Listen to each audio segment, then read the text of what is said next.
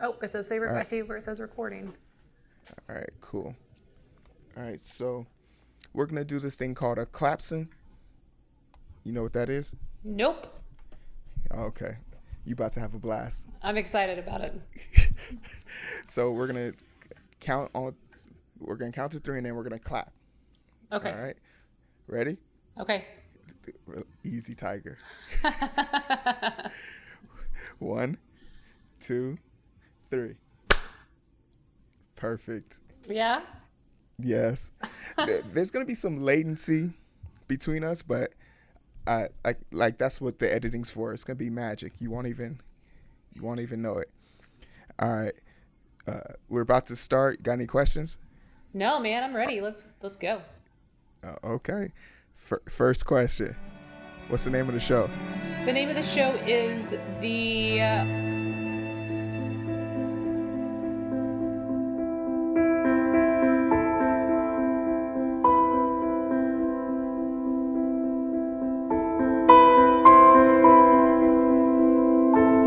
Identity Project.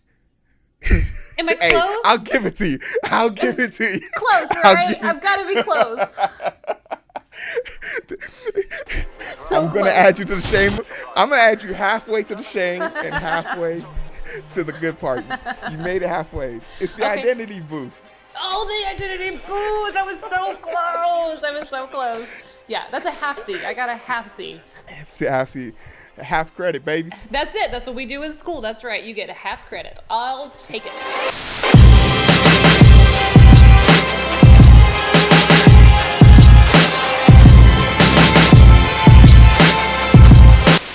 Welcome to another episode of the Identity Booth. Hey guys, how you doing? We're doing all right, and we have a celebrity in the house. Y'all know. Whenever y'all see this Zoom chat setup thing, I got a celebrity in the house. All right, now we got the highly educated. We have a situation where Hero doesn't know something, and I had to go out and seek information. I found Randi. Randi has found me, and I'm happy that she's with me. Let's give her a round of applause for joining us today. Thank you. Thank you. Thank you. Oh, please stop. No, really, we appreciate you being here. I want to get a better understanding, because our goal here on the Identity Booth is to try and identify with you as you identify with me. And I want to get a better understanding of teachers in the coronavirus, in the pandemic, and what they're doing. Is that all right with you? I'm in love with it. Look, yeah. Okay, a Texas girl. So that pretty much brings us to, why am I talking to you right now? Like, why is Hero messing with you on a weekday? Like, what the hell? And the truth be told, a mutual friend of ours put us in contact with each other. I am looking for more information on a situation. You are a teacher. You're in the middle of a pandemic, and through no fault of your own, our president has thrust you and your kind into the front line, and regardless if you wanted it or not. So today's my goal, at least, is to get a better understanding of how's this situation affecting you, how's this affecting your job, and what are your just plain ideas on it, if that's all right. I would love right. to share. Yes. This is going to get fun. So we'll just jump right into it, all right? What made you want to be a teacher? So in my 20s, I was waiting tables, bartending, and going to school. I was majoring in business management. I thought that's what I wanted to do, was to be a manager. I started, during my time bartending and waiting tables, I started being in charge of training new employees. So employees would come, I'd have to train them, whether it was as a server or as a bartender. You have to do these things, this is how you make these drinks, or this is the steps of service, blah, blah, blah. And I realized, I went into work one day and I was like, man, I love this part. I love doing this. I love teaching people things. I am over waiting tables and bartending. Like, I'm over those things. But man, I really enjoy this aspect of my job. And then I had like an epiphany. I'm just like walking around on break, drinking, tea. And I have this epiphany, like, I could be a teacher. I am a teacher. I think I'm a teacher. I don't think I'm in the right spot. And I went back, I was working on my associate's degree at the time, and I went back and changed my major, and I got my associate's in the arts of teaching and never looked back. And like my first class, I was like, yep, this is where I'm supposed to be. This is what I am supposed to be doing. Yeah. And it's like, and I love it. I love every aspect about it. Most aspects about it. Excellent. I was one of those students who was like, you had to be one of those real teachers in order for me to like talk to you. Like, I'd be like, nah, you be snitching. I saw you talking to the dean. Get out of here. So, do you call yourself a cool teacher? Are you a student's teacher? Oh man, it's so funny, because I was totally that kid too, man. In high school, if I came to school, if I was actually in your class, it means that I actually liked you, because I didn't go to all the classes, right? Hey, so facts. Right? Yeah. And so I didn't have a lot of cool teachers growing up. I didn't have any teachers that I felt like I could relate to. And so I was sometimes my reputation preceded me before I even got to that teacher. They knew, oh, Randy's going to be in my class, and she's, this kind of student. And so I am very cognizant about that as a teacher. And they want to call, the troubled kids, those rough kids, those kids, those are my kids. Those are me. Okay. Those are my kids. I still have kids like emailing me, like even over the summer or years later. Like, I still see those kids. They still come to me. Like, I tell them, I'm like, I am yours and you are mine forever, right? Like, that doesn't stop just because you're out of my classroom. But I love those kids. The attitude, oh man, those are my favorite. Hey, you would have gone far with me, because I know there's a bunch of kids that always try and, like, they're the Breakfast Club. They don't understand their position yet, but they have the moxie. Yeah, they do. And you I can like it. appreciate moxie. I do, because I still got some. I like it. Good. So I then now want to transition to like being a teacher. How long have you been a teacher? This is my 7th year teaching. God.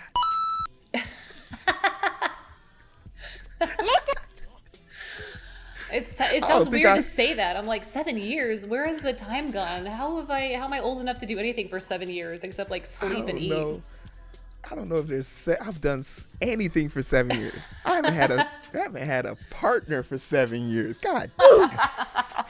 A partner or a plant. I can't keep plants alive for more than 6 months, but somehow I'm in charge of children for 7 years. I don't know, man. It's weird. Well, let's find out. So, as a teacher, 7 years, you're a vet. What are some challenges pre-COVID that you've experienced? Pre-COVID. So just some general roadblocks being a teacher, I think. One is community involvement. Getting everybody, the saying, like, it takes a village is 100% true. And whenever we all work together, we can achieve really, really great things. But a lot of the time they expect us to do all of the things. I would say support sometimes a lack of support can be, your teammates, can be administrators, it can be directors, it can be superintendents. Lack of support in general, I think, is really hard. Lack of supplies, or even well-placed supplies. Sometimes districts want to buy this curriculum or these textbooks for millions and millions of dollars, and they don't actually talk to the people doing the work, and they're missing the mark. Like, if you would have just had a conversation with some teachers, we could have figured out that this is what we should have been doing with those millions of dollars instead of this. And self-care. I think that teachers are burnt out. I think teachers work really long hours. And I think just in general, like, our American society is not set up to give people breaks, to make sure that they can be the best people that they can be, whether that means that you're a surgeon or a teacher or a mechanic or whatever your job is. Like, we're not set up to make sure that everybody's taking care of themselves. And so teacher burnout is like one and done is a real thing in the education world. You know, it's those are, I think, like big issues. Like, do you feel like teachers deserve to be on like TV on on football games? They have the military pushed out there. They got the waving flag. But I've always been of the notion like American heroes don't all wear uniforms. Do you feel the teacher gets the platform they deserve? So I definitely agree that not all heroes wear uniforms. Like, I think that our first responders right now, I think scrubs are like a superhero cape right now. And I don't think that teachers get the respect the society says, yes, teachers are great, teachers are heroes if you are doing this, right? But as soon as we're like, we need more supplies, we're not heroes anymore.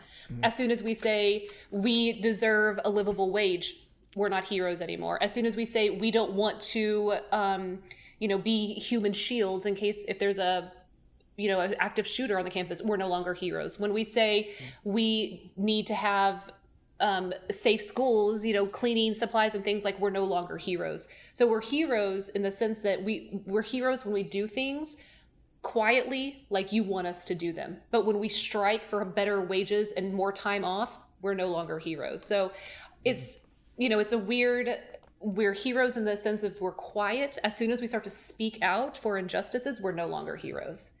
That's my like internalization of like what's been going on. No, I think that's absolutely fair.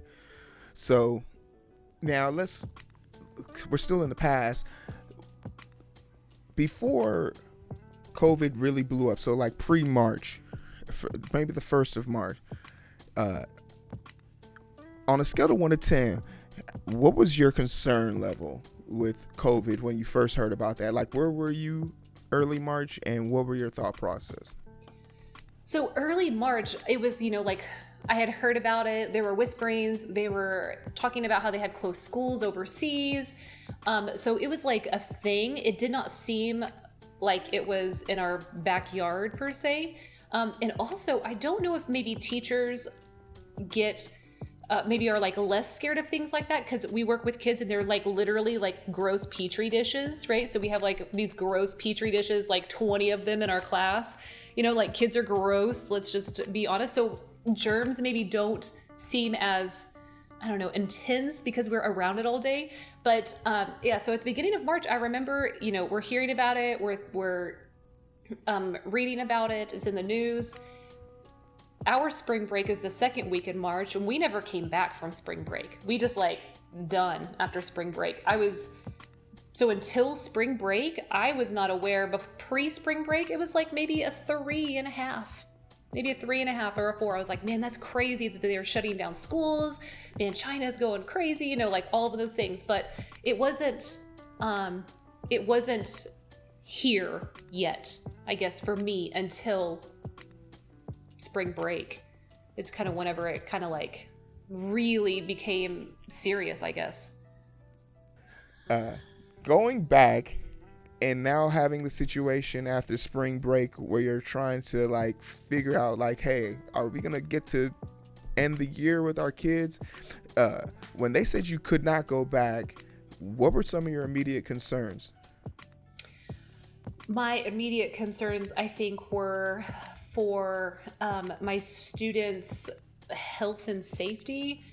The school that I was at, sometimes the breakfast and lunch that they get were the only meals that they were eating. Schools now, and I know this, I'm hoping that we can, as a country, kind of see more that schools are community centers, right? So we educate our students, but we also feed them. The kids get clothes. We give out Christmas presents. The families have opportunities. We can send out help for like mental health. We have counseling, all sorts of things. Like, we're like a really all-encompassing community center. And so whenever school shut down, we were really concerned about our students that were were going to be hungry or they weren't going to be safe. Those were our main two concerns whenever school ended. or whenever after spring break when they shut us down, I think all of us were really optimistic that we were going to be able to end the school year with our kids. I don't think that anybody expected us, not in the education, I'm sure, I know in the medical field they were saying things, but as far as like the educators, we were like really hoping like, okay, we shut down schools, this is what needed to happen, everybody's social distancing or everybody's in, locked in place, whatever. And so we should be able to go back and like say goodbye to our kids. Our number one concern was the kids. Are they getting fed? Are they safe? Do they know that we miss them? Second, way down here, second was, well, now how are we going to teach? We still have to do school. We still have to teach school. But way, way down here was like, how is that going to work? And I'm not here to so much talk the numbers, the science. I come from a medical perspective. I'm here to kind of digest how you took this and how your society, your group of people, your leaders, your peers are handling this. We're now in a situation 6 months into this pandemic, and we're right back where we started. Some say we're even in a worse off position. Is America doing the right thing? When you think about places in South America and European countries, New Zealand, how their life is almost back to normal, and we are literally being put on par with third world countries, with some of them doing better than us. What do you think about America's current state dealing with this pandemic? Well, I think it's really disappointing, and I think it's really embarrassing, and I think that we have a lot of people that know better, but I don't think that we have been listening to experts. I think that everybody thinks they're an expert nowadays, and that's just not the case. I think if, for instance, like you are not an expert, you're not a teacher, so what did you do? You went to go find somebody in the field, right? Like I don't have medical experience, so I would look to medical experts to answer some of my questions, but people don't do that.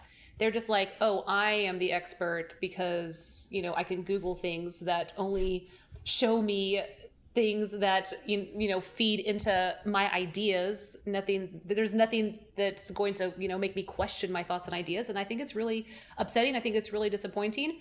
I think those of us that it was really easy for us to shelter in place because I was working from home. My kids were at home. We've been sheltered in place since the middle of March, and so it's frustrating. I think that it seems like we did a lot of us did this really good work to try to make sure that we were doing the right thing. And now it seems like all of that was for nothing. Like, should we have kept schools open?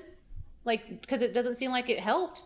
It might have helped then, but it doesn't seem to be helping right now, So it's upsetting and it's frustrating. And I just think we should listen to the professionals. I don't understand why that's difficult.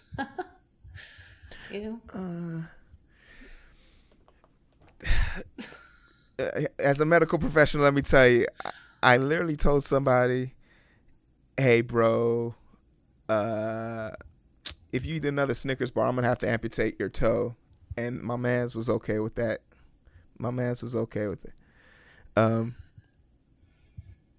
Titles and professions don't counter freedom.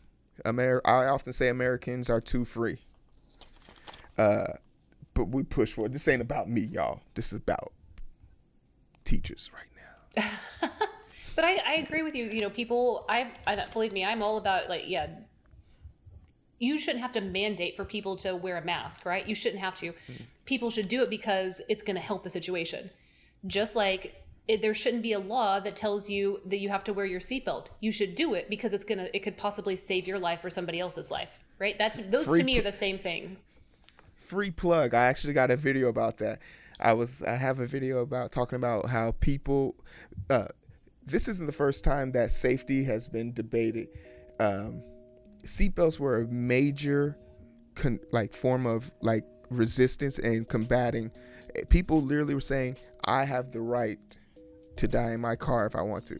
So I'll put that, if that link is up, I'll put that up right now.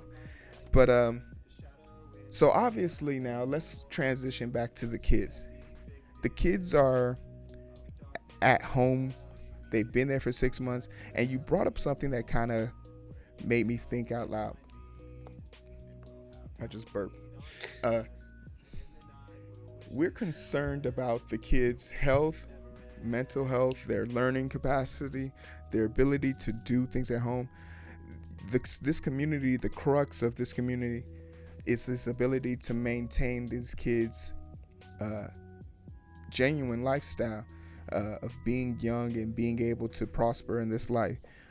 Talk to me about your concern versus the kids catching COVID versus the kids really suffering from some pretty harsh real world situation. Yeah, that is, I think about that all the time. I worry about them. I can do things to help make sure that they're fed. I can't necessarily do things to make sure they're safe, where they're at. Is it worth them coming to school?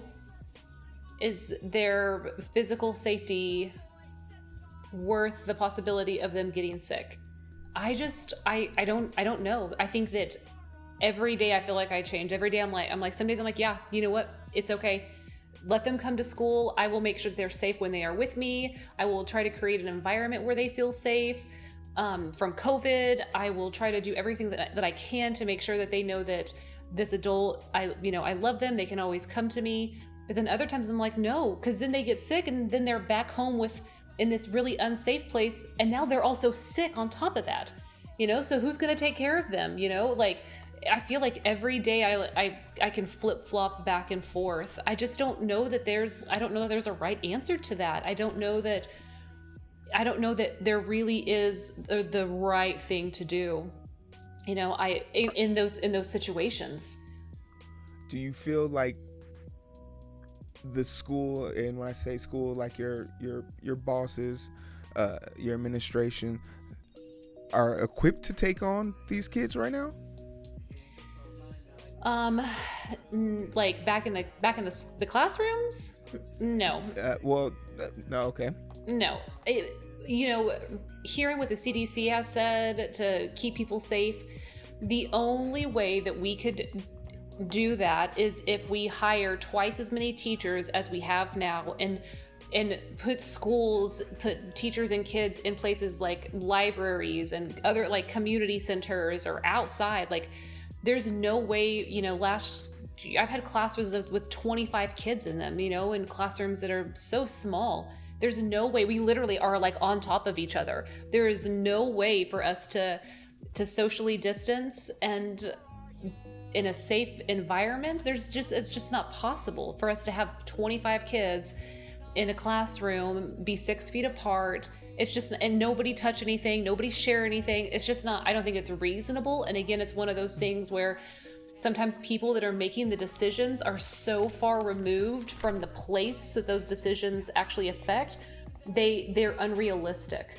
But they don't realize that because they're so far away. They're way over here making decisions for over here, and they don't even realize that is not doable. Mind you, do I think it would be awesome to have like smaller class sizes? Yeah, I think that would be so beneficial for all of public education. I don't think that it's a viable option right now. I don't think that schools are getting clean the way that they need to be. I don't think that teachers are being trained again. So now we're going to be taking temperatures. It just seems like, what else do you want us to do? What else? It's one more thing. Well, it's one more thing every year, and how awful. I would feel so awful if kids in my class got sick. I would feel so awful if my humans I made got sick because I brought something home. I don't think that right now that we are capable of kids going back to school safely. All right. And since we're on the topic now, let's try and get a little bit more personal, a little closer. Okay. Just cause it's you, I guess. I appreciate it. It's the Midas touch. If you were faced with the position where you go back to school or you get fired, what are you doing? I think that I would go back to school without a doubt. Yeah. If they told me that I needed to go back to school today, like we were going to teach in person today, I would go back to school. Yeah. I wouldn't quit. I wouldn't retire. I would go back to school. I would do everything that I could to make sure that I was safe and that my students were safe. My children were safe. But I think that if my students needed me to be there, I would 100% be there. I would be there for them, emotionally, physically. I don't think that there's any educator that's like, you know what rocks? Online schooling. You know what's more effective than in-person? Computers. That's not a thing. We all know that in-person schooling is the way to go. We also know that working in small groups is an even better way to go. We can't do any of those things right now, but if they ask me to, I would 100% do that. I love my job, and I think that that's what I'm supposed to be doing. And I want to see my kids. I want to see them, and I want to hug them, and I want to listen to their silly jokes, and I want to remind them how bad they smell after they've been outside. I want to do all of those things, right? I just don't think that we can do those things safely right now. And I think that you can exist in both of these places. I think that you can want this thing, but be aware that it's probably not the safest thing. And if we go back virtually for a month or 6 weeks or whatever, then ideally, I will do that, even though I know it's not what's best for my students as far as like their education or their safety. But if it means that they get to spend the rest of the year with me and we get to be safe, we get to trust. These kids don't feel safe. I don't think these kids feel safe in just their lives right now. They have been ripped out of schools. They have been shown all these horrible things. Everybody's scared. People are losing their jobs. People are losing their homes. It's very traumatic. Like they need their routine back. They need those adults in their lives that are constant and are loving. They're not going to get that when we're online. But I mean, all right. And I want to push this a little bit, because you're adamant about going back to school, even though you know the risk and things are going on. As far as your family's concerned, would that mean you're willing to minimize the exposure and capability of traveling to see family, friends? Like, could you imagine coming home, changing clothes in the garage in the winter time, just to come in and see your family, and God forbid you get a positive and now you're isolating yourself in your own home? Is that something that's like reasonable for you? I don't think that is reasonable to ask any of us to do. I don't think it's reasonable for us to ask healthcare professionals to do that. I don't think it's first responders. I don't think it's the Uber Eats drivers. I don't think that's reasonable for any of us, because we everybody wants to go back to life, right? Normal. There's a new normal that is going to shake out after all of this is done. I want to go back to school when I know that it is safe for me and my students and my family. That's what I want. I want to go back whenever it is safe. It's not safe right now. I know I wish it was. I know parents wish it was. I know I've had parents texting me, "I'm dropping my baby off at your house. I'm done. I need a break." And I'm like, interesting how you didn't believe me when I said your little baby might have a little attitude. Nobody wants. My mom and dad knew I was so when my teacher said, "Yo, Hero be like, how he be with you?" Like, he just moves my desk. He doesn't do anything to me. I feel safe, but he just be moving. Hello. And they be like, "Yeah, that's some psychological shit." Hero be on that. "Hey, give me your phone. You grounded for 6 weeks. Apologize." And I'll be like, "Is this not a court of law? Do I not get to defend my?" And I just get a slap, like, "Bye-bye." And I'll be like, guilty. Oh, that's funny. Yeah. But that's how it is. So I guess now something that has been like jarring this whole reason why, because people would say to me, "What the f*** are teachers complaining about? They have summer school off. They get spring break, Christmas break. They only work 6 months out of the year. They're lazy. They don't want to go back to school." Like, if I was some jack, what would you have to say to me? Well, them is fighting words. So so when I hear, and obviously I've heard those things before, when I hear people say that, what I hear is them, I know that they're ignorant. I know that they don't know any better. And so it's my job as an educator. I'm an educator in all aspects. Like, here, let me educate you, right? So, we have contracts for a year. We sign our contracts at the end of each year. We work 9 or 10 months. It depends on if you teach summer school, it's on hours now as opposed to days, like it used to be our contract. And so we're contracted for this amount of time, but they split this much money that we're paid on our contract for the whole 12 months. So it's like they're taking little pieces out of our paycheck every month to give us 3 extra paychecks during the summer. I've already worked for that money. I actually have already done all of my work, all that was required of me by my contract with the state. The state just held some of my pay back so that I could get some paychecks over the summer. I already did that work, actually. That work was whenever I had parent conferences on Saturday because you guys couldn't meet, or it was whenever I spent the first 2 days of spring break grading all of these essays because I ran out of time during the school week, or whenever my principal emailed me on winter break asking me if I could do a home visit for a couple of my students because we couldn't get a hold of them. Like, we've already worked for that money. And whenever, this 40-hour work week, that does not really exist for teachers. We come in early. Working lunches are totally a thing. We walk by in the copier and see how many sandwiches you see going into mouths while we're making copies.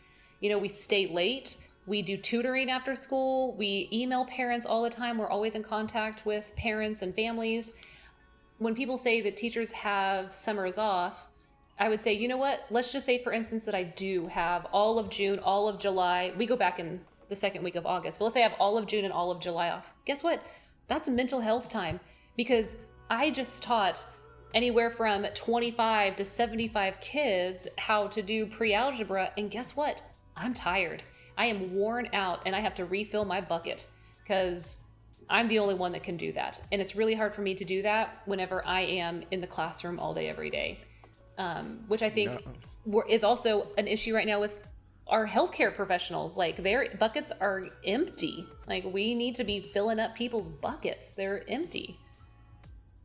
They've heard me speak at nauseum about like the current situation in the healthcare field. I've literally told people like, oh yeah, I have zero issue explaining to you why I have to take your loved one off of the vent. You see, they're no longer 80% compliant, and because of this, it takes 22 hours to completely sterilize this machine to be used on someone who's less than 50% compliant. So the story that I reference whenever someone asks me how serious this is, I said, yeah, I took a 32-year-old off of the vent, and his last words to his mother was, I'm sorry, because he went to Miami to, celebrate his birthday. And the worst part about it is his mother will never get his message because she was on the vent because he gave her COVID. So I have very little sympathy because that's what my day revolves around. But that's me. Listen here. But now let's just get into the message. You've answered an array of questions, but I feel like if you have something else you want to get off your chest, what is it that you want your students to know, your administration, and people who don't know what teachers really do? This pandemic and how is it affecting you? You got the open mic. What do you want to say? Well, I want to say that we teachers, collectively, the teachers that I know and my personal feelings, we want to go back to work. We miss our job. Our job is our calling. We have been called to this profession. It speaks to our soul, and we are not we're not being lazy. We're not complaining. We're worried. We're worried about our safety, and very rarely do we ever speak up about our safety. We do all of these things for all of these kids. happily. I love doing things for kids. I love doing things with kids and for kids. Makes me so very happy. But if they come to school and they get sick and get you sick and you die, right? Like this story that you just told, is it worth it? Is it worth it if I get sick and now I die and now you have to come to a teacher's funeral? What about if my kids get sick? It's not worth it. And when it's not that we're being lazy or entitled or throwing tantrums or being little baby snowflakes. It is our right to want to preserve our lives and the lives of those around us. And that includes your children. The reason we don't want to go back to school is mainly because of your children. When we think about the kids, if we have our class, each one of those kids has a family, and so we have all of these families, and it's not worth us getting sick, them getting sick, spreading it, making this worse. It's not worth it. As much as we want to, it's just not the time, not the place. And when we do online education, because that's what we're going to have to do, you need to give some grace. And that starts now. That starts now, talking about your teachers, your school now.